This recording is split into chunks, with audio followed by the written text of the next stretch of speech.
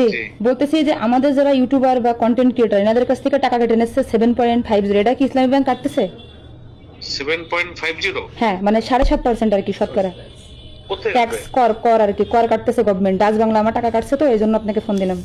না তো এরকম কোনো আমাদের করার কথা বিষয় না আমাদের। Debit tax. হ্যাঁ হ্যাঁ, বাংলাদেশে কি পরিমাণ জালিয়াতি শুরু হয়েছে দেখছেন?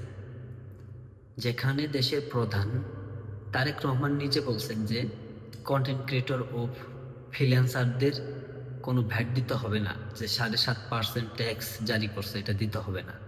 সেখানে ডাচ বাংলা ব্যাংক করছে কি, স্বপ্না খাতুন ওরূপে আমরাও মানুষ পেজের ওনার, তার অ্যাকাউন্ট থেকে 7.5% ট্যাক্স কেটে নিচ্ছে, মানে 7,000+ টাকা কেটে নিচ্ছে।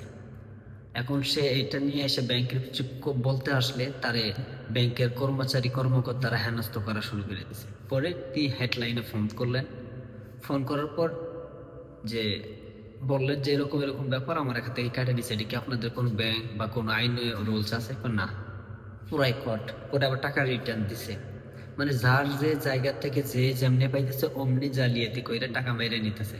জনগণের পাইছে হলো বোকা চন্দন। তাই সতর্কমূলক ভিডিও সবাই শেয়ার করে দিন, সবাই সাবধান হন।